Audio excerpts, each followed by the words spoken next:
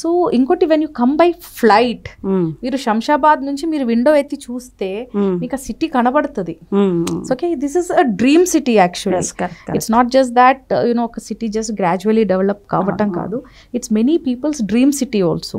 So definitely Hyderabad has taken off that development ఏదైతే aspiration and development mode అయితే ఉందో అది 100% ఇట్ హ్యాస్ టేకెన్ ఆఫ్. కాకపోతే this is the time now where we are attracting global investors, and that is not a easy task. ఎందుకంటే Dubai లాంటి countries, Singapore లాంటి countries లో ఎలా అయితే ఫారెన్ ఇన్వెస్ట్మెంట్స్ వచ్చాయో ఇన్వెస్టర్స్ టు డెవలప్, డెఫినెట్లీ ఇప్పుడు హైదరాబాద్ లో అలాంటి ఇన్వెస్టర్స్ వస్తున్నారు అంటే we are taking off in a next level అని చెప్పొచ్చు. సో ఇది డెవలప్మెంట్ కి కూడా నెక్స్ట్ లెవెల్లో మనం హైదరాబాద్ ని తీసుకొని వెళ్తున్నట్టే. సో మీరు అన్నట్టు ఇది ఇండియా దేశం లెవెల్లోనే కాదు, ఒక అంతర్జాతీయ లెవెల్లో కూడా మన హైదరాబాద్ ఎదుగుతుందని చెప్పొచ్చు. ఇప్పుడు హైదరాబాద్ లో మనకి దుబాయ్ షోస్ అవుతా ఉంటది,